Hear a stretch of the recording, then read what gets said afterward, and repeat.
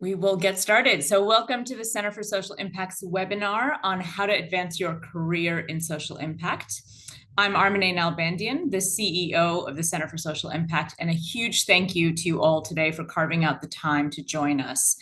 I'd like to begin by acknowledging the traditional custodians of country throughout Australia and their connections to land, sea, sky, and community. We pay our deep respect to their elders past and present and extend that respect to all Aboriginal and/or Torres Strait Islander peoples here with us today. I'm currently on Bidjigal land, where CSI's national office is located. And if you'd like to acknowledge the country you are meeting from, please feel free to pop it in the chat. So about today, I'm often approached by people who want to start or pivot into a career in social impact. It's always a very exciting conversation for me. And at CSI, we're incredibly passionate about playing a role in that journey for people and for the social impact sectors we serve more broadly. Today's webinar is designed to help you think through the trends and opportunities in the sector and to inspire you into this incredibly rewarding career path. We will explore four main themes: national and global trends in social impact careers, skills employers seek and the in-demand roles, the power of postgraduate education in social impact, and frameworks for greater impact. So our guest speakers today, we have Professor Paul Flatow, Director of the Center for Social Impact at the University of Western Australia, and Susan Pizzati, Course Director at CSI Swinburne. You'll also meet four inspiring alumni from across our Center for Social Impact's National Alumni Network. We have Peter Lieversuch, who's the CEO of Royal Life Saving Society, Marie Saidi, the CEO of Philanthropy Australia, Carmen Wilson, who is the COO of the Australian Alliance to End Homelessness, and Suzanne Finlay, Social Impact Manager, Sacred Heart Mission. Now, before we dive in, I'd like to share some very exciting news with you. The Center for Social Impact is very proud to announce that applications for our social impact scholarships will open at the end of this month. We have about $100,000 in total funding available in 2025 to study at any of our four CSI universities. So that's the Center for Social Impact at UWA, UNSW, Swinburne, and Flinders. As Australia's leader of social impact education, our aim is to equip those passionate about social purpose with the tools and frameworks to drive systems level change that creates lasting social impact for people and communities both here and around the world. This year alone, we awarded more than 20 scholarships to existing and aspiring social change agents like you. So if you are at all interested in furthering your studies, we offer a range of postgraduate courses, such as graduate certificates, right through to MBAs with a social impact specialization across our universities. When applications for the 2025 scholarships open on October 31st, we strongly encourage you to apply and take the next step in advancing your career. Now, we will invite attendees to put any questions that you have in the chat. This is a pretty tight webinar, so it's possible that we won't have time to get to all of them, but we will be sure to respond to you post-webinar. I will now hand over to our CSI UWA Director, Professor Paul Flatow, to highlight global and national trends in social impact careers. Great, thanks, Armine. And I've been teaching the grad cert in social impact for the last 14 years at UWA. And I've noticed this great increase in the number of jobs that people are going into. The alumni that are on here today are either CEOs, COO, or executive managers, often now with that title of social impact in their title. So what we've seen is that increase in jobs. But what does that mirror? It really mirrors trends globally and nationally in the role of social impact. So let's have a look at those global trends. And here we're looking at largely the corporate sector to begin with. And I want to make this point that the education that you'll be entering into is relevant across all sectors. It's relevant in the corporate sector, the social purpose sector, charities, social enterprises, government. But let's start with some of these corporate trends. And as you can see here, the increasing role of corporate social responsibility reporting and sustainability reporting. It's been a massive increase over the time of the centre. And in terms of the SDGs, we've seen an increase in the use of SDGs as a guiding light to the work, particularly in the corporate sector, as it turns out, but also in international based charities and social enterprises. And then we look at the world of finance, and one of the things that you get in the education is to look across all different fields. So one of the areas, of course, is the world of social finance, and here we see the rise of impact investing, size of the global impact investing market, approximately 1.16 trillion. So that's been a huge increase. And that comes through in all sorts of different ways. And I had the great pleasure of working with Suzanne Finlay at Sacred Heart Mission, actually, in the social impact bond of Sacred Heart Mission. And that shows the kind of breadth of work that you'll be looking at. Now let's have a look at the national trends. And here we see those international trends come through in the corporate sector. But one of the things, of course, with the graduate certificate is that we go across all sectors, and the growth of the charity sector, the very large role of the charity sector, and other not-for-profits, and very fortunate to work with, and had Peter in the room as well, who's the CEO of Royal Lifesaving.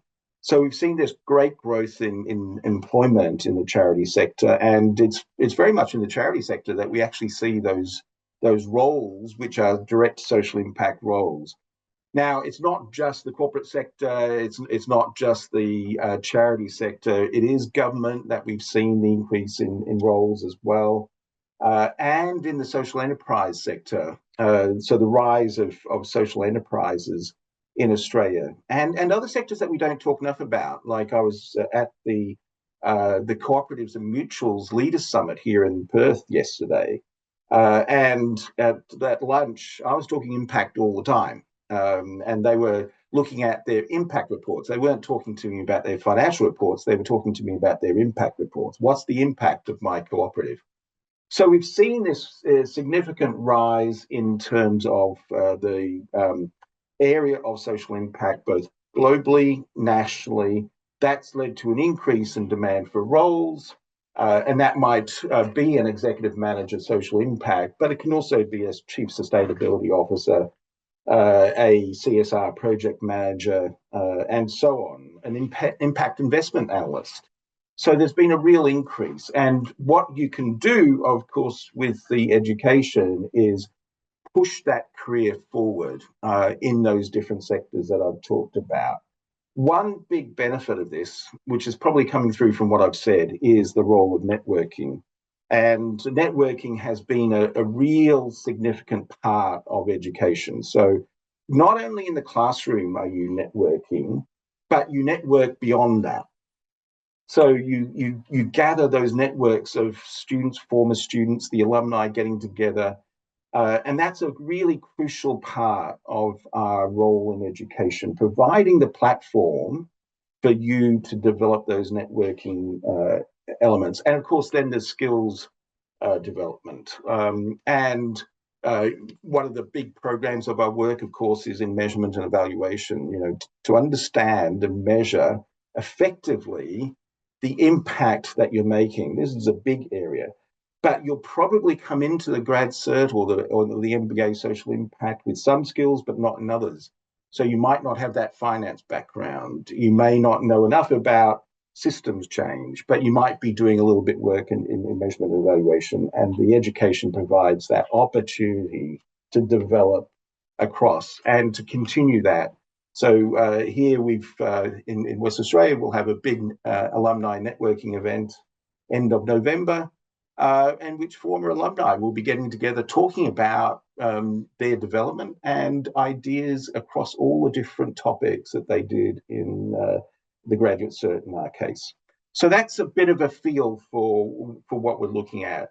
Not only has there been a real increase in the demand, if you like, for skills in social impact across the corporate, government, not-for-profit, and other sectors, but there's been new opportunities in terms of careers, and our education provides the platform for you to enter those. So I'll leave it at that, and now pass you on to Suzanne. Suzanne Pizzati, the Principal Industry Fellow and Course Director at CSI Swinburne. Thanks, Susan. Fantastic. Thanks, Paul. Hi, everyone. It's really fantastic to see so many of you here today. So what are the skills that employers are looking for in this space? So as Paul mentioned, the role of a social impact professional is increasingly multifaceted. And we're really seeing a growing demand for the development of a wide range of skills related to social impact across sectors, as Paul has said, including corporate, government, and for-purpose organisations. And while there are a whole host of really important skills and capabilities in this space that we could talk about today, in the very limited time that we have, I wanted to just highlight a few. So firstly, while this might sound really obvious, having a really solid understanding of what social impact actually is incredibly important. And there are some many and varying definitions out there in the world, but I think one of the fantastic aspects of the courses that we offer is really diving into those and exploring the world of social impact through that lens. Employers are really looking for people who have an awareness and an understanding of the key concepts and issues relating to social change, including how social change actually occurs. So if you're trying to make some of these changes effective, you really need to know what are the things that are driving effective change and how to work within those. It's also incredibly important to have an understanding of the social impact ecosystem and how to work collaboratively with key stakeholders within that system.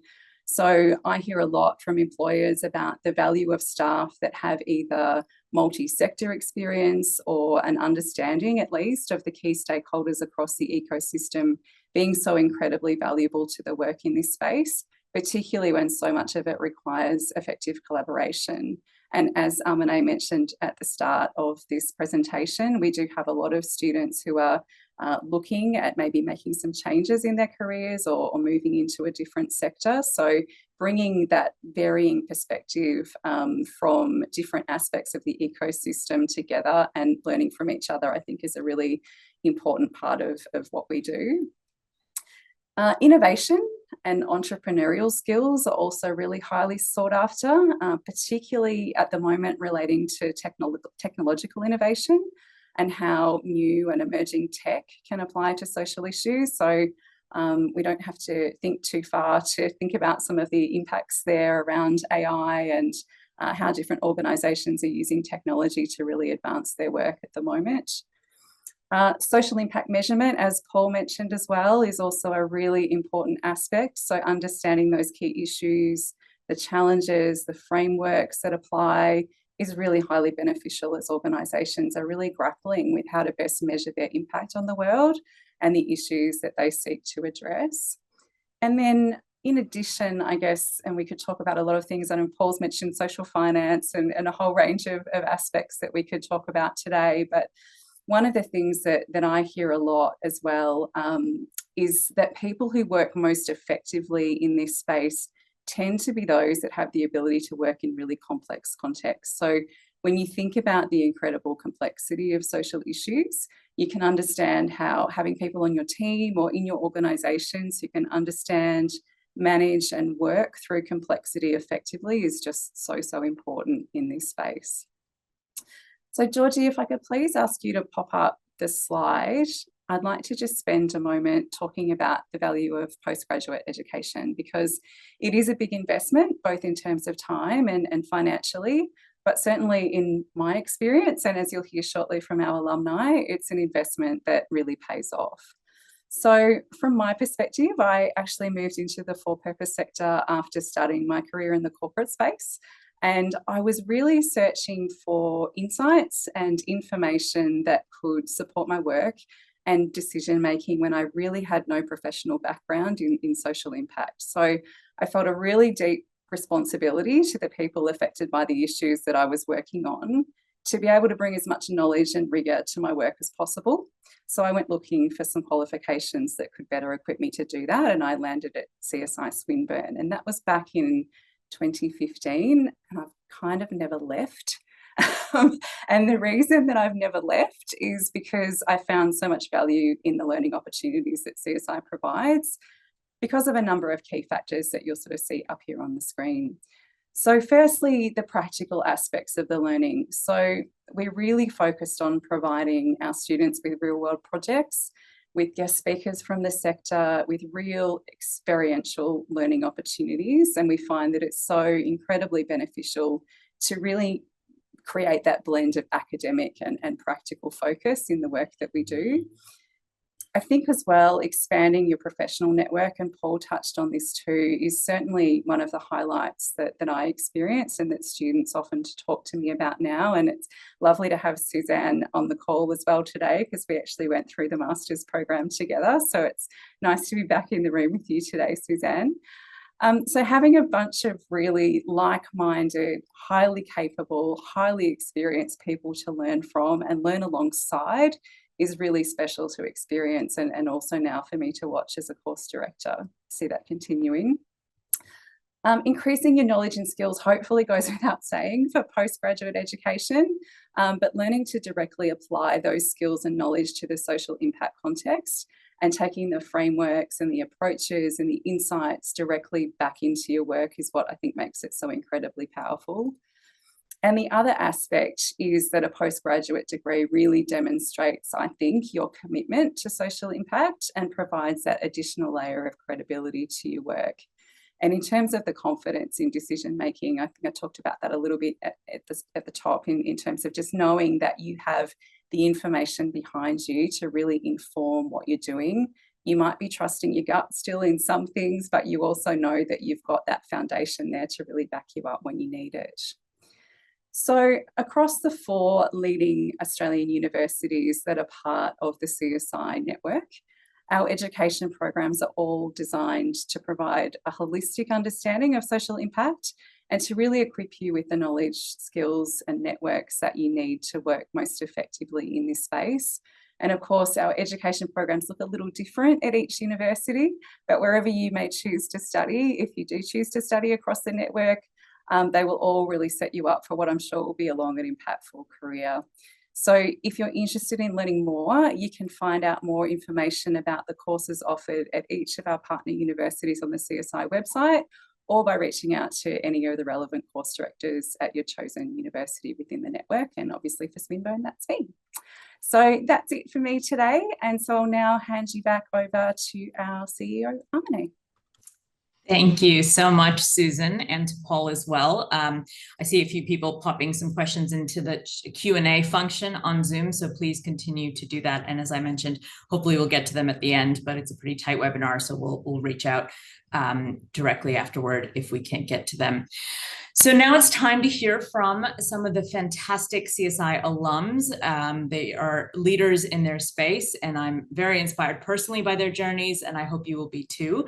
We're going to begin with Peter Liebersuch. Peter has been the CEO of Royal Lifesaving Society in WA for almost a decade. So Peter, thank you so much for joining us today. Peter, could you share how systems thinking has impacted the evolution of your programs at RLSS and how your studies at CSI helped shape that approach? Good morning, Armine. Thanks. It's a real privilege to join this webinar to talk to you about our work in remote Aboriginal communities and to share my story. Royal Lifesaving is a 115-year-old charity which aims to prevent drowning. I've worked at Royal Lifesaving for over 20 years and completed the postgraduate certificate in social impact in 2019. Throughout Australia, Royal Lifesaving prevents drowning by teaching foundation swimming and water safety skills. We believe no child should miss out on swimming lessons. Empowering multicultural and migrant communities is a major contemporary challenge. We train the lifeguards and we train the swim instructors. We also promote safe behaviours in and around the water, like the importance of parents keeping watch of young children around the home pool. These aspects of our work are enduring and have been delivered for generations. At our core, we've been a prevention and an education organisation. However, things have changed for us, as well as the scope of what we do. 115-year-old charities are not immune from the need to transform and innovate. What I want to focus on is a pivotal change that was sparked by the WA government's decision to build 3 swimming pools in remote Aboriginal communities. The basis for building these pools was unique. The government was seeking to tackle serious dust abatement issues affecting the health and well-being, in particular ear, nose and throat infections, leading to too many kids going to school with poor hearing, let alone poor general health. So it wasn't the typical reason for having a pool, but we were tasked to operate them. And it was clear from the outset, our job was much more complex than just teaching kids to swim and supervising pool users. The study of social impact helped a lot. It included a unit in social enterprise and social innovation that explored the roles of government, business and not-for-profit sectors and how these sectors continue to evolve and adapt. This is what was happening to us with the pools built by the state government. Roles and functions were changing, and stepping back to see the bigger picture and why we were really there for remote desert communities was important. I would also add, learning about the approaches taken by other leading social enterprises was both inspiring and motivating, that we too could be part of something bigger and that we should not take for granted our social license to operate into the future. And the diversity and background of students, as you mentioned, in my cohort, we had people from not-for-profit, corporate and government sectors, and this truly added to the course experience for me. But what I want to focus on is how we have benefited from system thinking and a broader understanding of social impact. While I was all about drowning prevention and swimming lessons, many of the other stakeholders had other agendas. Today, these remote pools are true community hubs. We work with the local schools to incentivise school attendance, and sometimes the pool is the actual classroom. We work with the health services, not only towards general health and the ENT benefits I referred to earlier, but things like adding fresh fruit, healthy eating options, and a Swim for Fruit program. We also provide a place at the pool for clinic nurses to check in with young mothers. We also work with police to foster social cohesion, co-delivering movie nights in a positive setting for community engagement. And the pool provides employment opportunities and economic participation, not only employment within the pool, but also creating vocational pathways to the network of 130 public pools throughout WA, 99 of which are in regional areas. The systems thinking and leadership frameworks in the social impact course helped us progress change, covering concepts like what it takes to truly collaborate with others, the importance of common agendas, shared values, and shared measurement of progress. Reflecting on how our work has evolved, I think we have a better understanding of reciprocity and why it's so important in system thinking. When we meet with education, we think in terms of student achievement. And when we meet with health or police, we think about their needs as much as our own. And along the way, these institutions help us and contribute to drowning prevention. Maybe we've been lucky that out of necessity we work together. Sustaining effort in remote areas is challenging and no single organisation or government can do it alone. Maybe, but I'm sure we're all the better for taking a collective impact approach, which has seen significant and sustained progress. The number of remote communities with swimming pools has grown from 3 to 8, and our vision for success is in stark contrast to our initial drowning prevention mission. Today, we've made a difference in each remote community when we have championed activities that maintain social networks and interaction with people of all ages. We've aligned pool rules and practices to be consistent with the community's beliefs and values. We've created opportunities for self-expression, built confidence and aspiration, and fostered linkages with allied community groups and services. That is what a social licence to operate in remote Aboriginal communities looks like to us.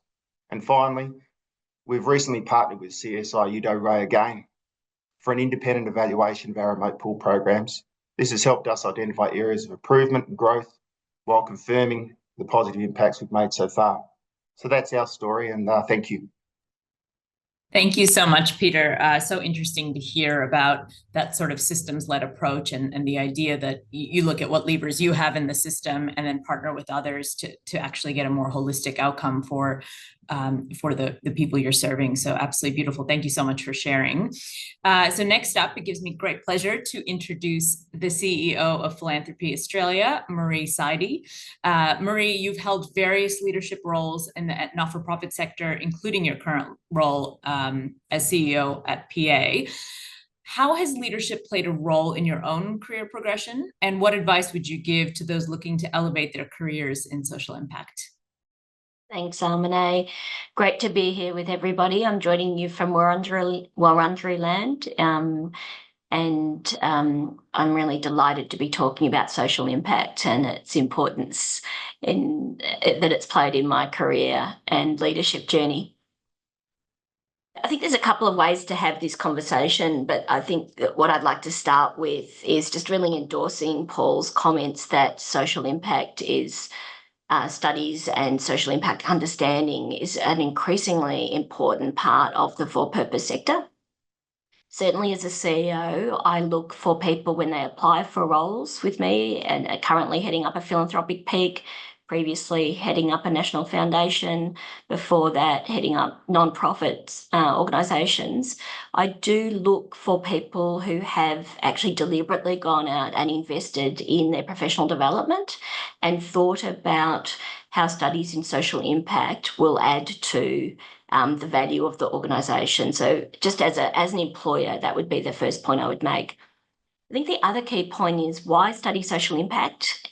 I think the simple answer from my perspective is if you're working in the for-purpose sector and understanding that not everyone on the call today is, but many of you are thinking about how social impact studies add value to your role in the for-purpose sector and or corporate.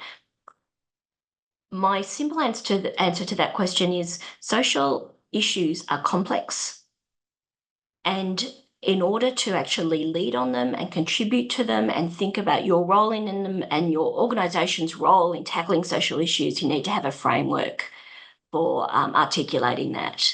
And certainly from my experience, having deliberate studies in the social impact sector has really helped my leadership journey, and I'll come back to that. I've been asked to talk a little bit about sort of what specific instances in my career and leadership progression really supported my social impact studies. So just going back a little bit, I started with an arts degree, moved on to a social work degree. They were great, really general degrees that held my sort of work as a social worker for 15 or so years as I was developing my career.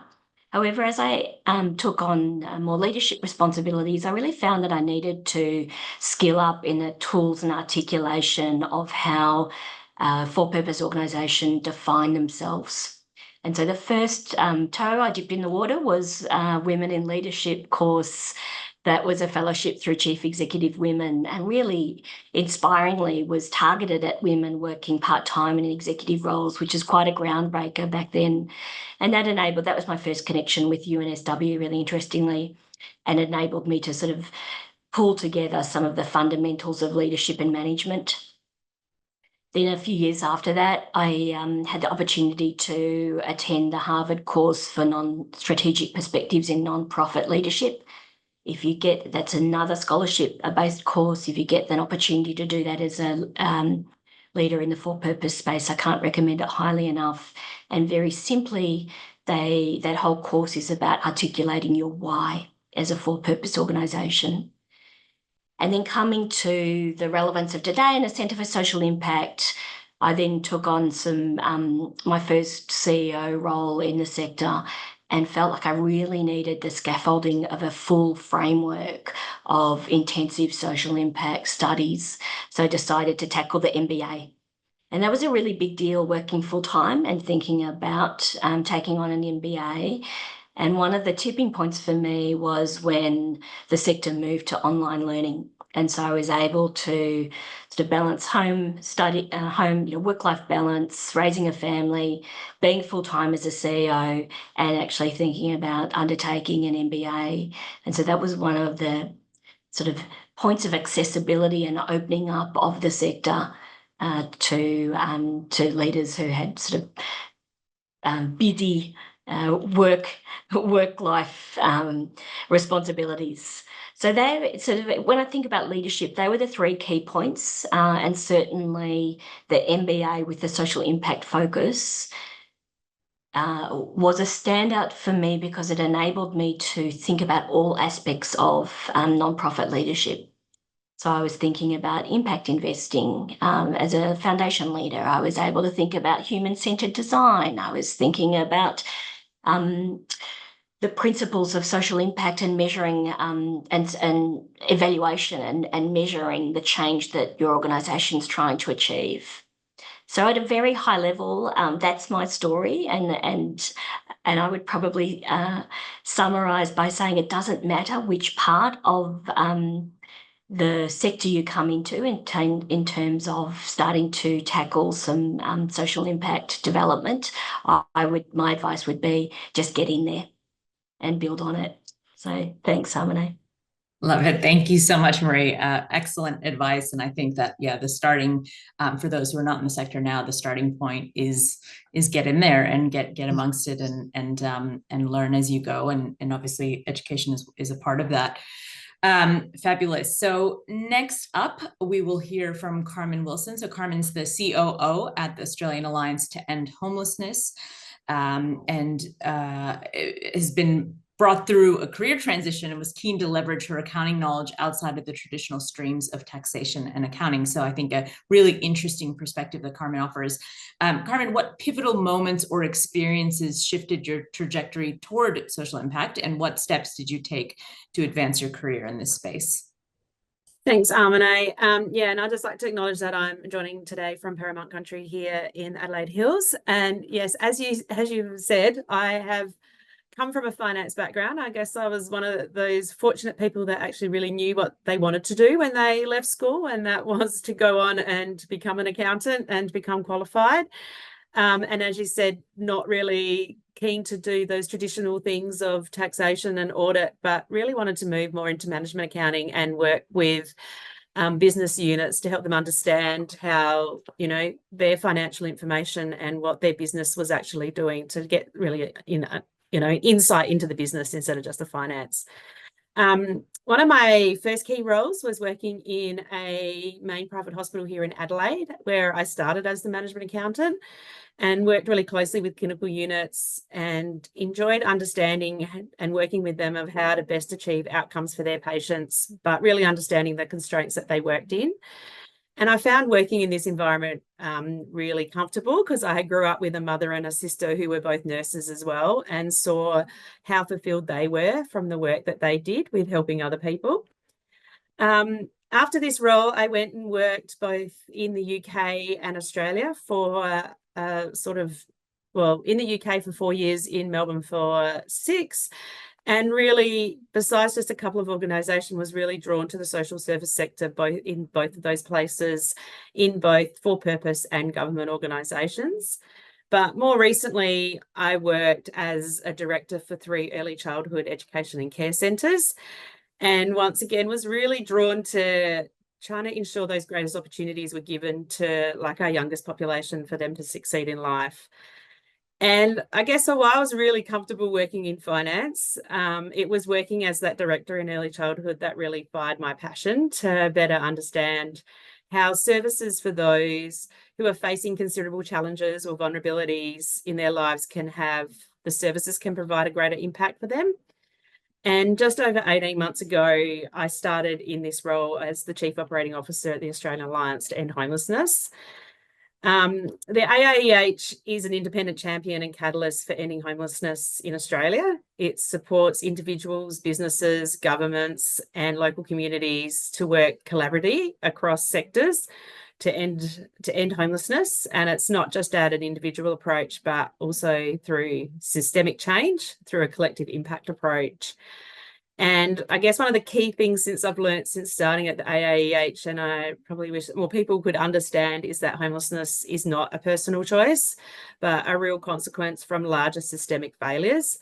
And so to end homelessness, there's a real need to build a more comprehensive approach across a range of systems and supports that can help individuals from reaching this critical point in their lives.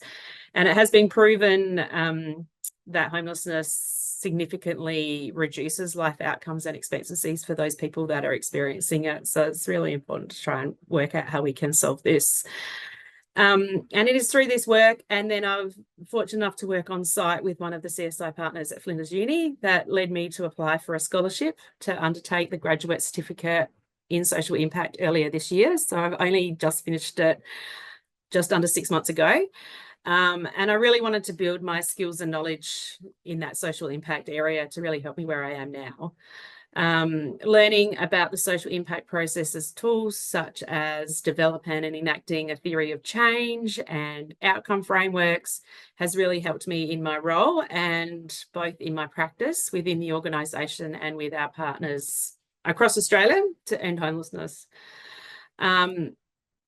I guess doing this grad cert has really given me a greater and deeper understanding of why and how we use the collective impact approach and why it is so pivotal in our work with the AAEH, and feel that I can better apply these as well in hopefully securing further funding opportunities so we can ensure our long-term sustainability of the Alliance.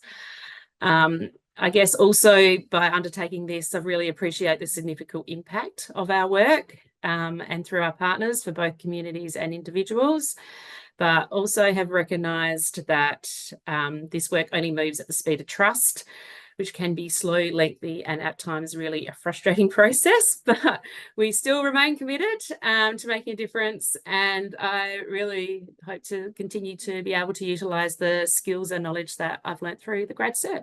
Thank you. Fabulous. Thank you so much, Carmen. And we love working with you guys. So it is also very exciting to have you as a recent grad. So thank you so much for your very inspiring story. So the last speaker today we will hear from is Suzanne Finlay. So Suzanne is the Social Impact and Growth Manager at Sacred Heart Mission. Suzanne, how did your experience, including your postgrad studies, influence your work in implementing Victoria's first social impact investment?